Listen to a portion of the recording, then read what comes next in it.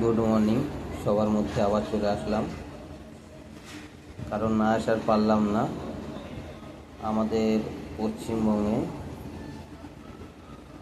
কিছুদিন আগে ভোট হয়ে গেল, আর ভোটে এক শ্রেণীর লোক যাদের রুটি শেখার প্রয়োজন ছিল তারা সেকে নিয়ে ঠিক জায়গা মতন চলে গেছে। তো আমরা সাধারণ মানুষ ওই রুটি শেখার মধ্যে আমরা কিন্তু পিছিয়ে যাচ্ছি। একে অপরকে মারপিট, দাঙ্গা, মানে একটা প্রচণ্ড নিন্দাজনক কাজ আমরা নিজেরাই করছি।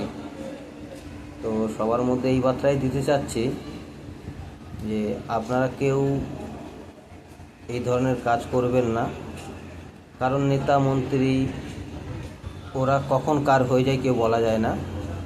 কারণ মনে হবেন যেদিন মমতা আর নরেন্দ্র মোদী দুজনে মারাপিট করবে বা মারামারি করবে, বা অভিষেক বন্দ্যোপাধ্যায় বা অমিত শাহ যখন দুজনে মারামারি করবে তখন আপনারা মারামারি করুন, কারণ তারা কখনোই করবে না। আর করবে কে?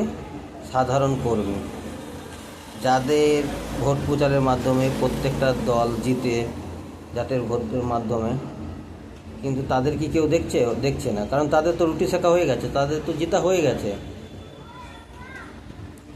ওদের কাজ ঠিক হয়ে গেছে। এখন মাস গেলে স্যালারি কিন্তু ওরাই নেবে, আপনারা কেউ কিন্তু পাবেন না। আপনারা কি করবেন না, পাশের বাড়ির লোক অমুক পার্টি করে, ওই পাশের বাড়ির লোক তমুক পার্টি করে, ওরা হেরেছে, চলা গিয়ে ওদের মারি। আরে এমনও তো দিন হতে পারে যে কালকে আপনারাও হারবে, আপনাদেরও মারবে। তো এই প্রতিহিংসার রাজনীতিটা ছাড়েন, প্রত্যেকটা মানুষের মধ্যে এটাই বলতে চাচ্ছি, প্রতিহিংসার রাজনীতি ছেড়ে দেন। ঠিক আছে, গণতান্ত্রিক দেশ, কে কী পার্টি করছে স্বাভাবিক, করতেই পারে।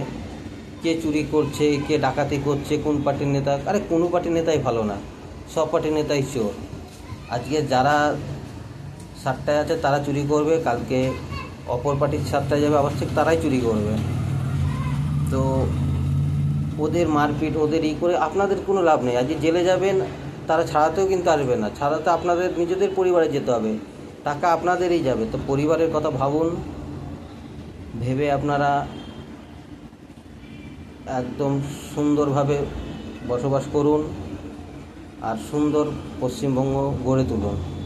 এই দায়িত্ব কিন্তু আপনাদেরই, না হলে ক্ষতি। আবার যদি আপনারা নাম ভাবেন ওকে মারবো তো ওকে মারবো, এরা ভাববে না আমরা ওকে মারবো তো, এতে কী হবে?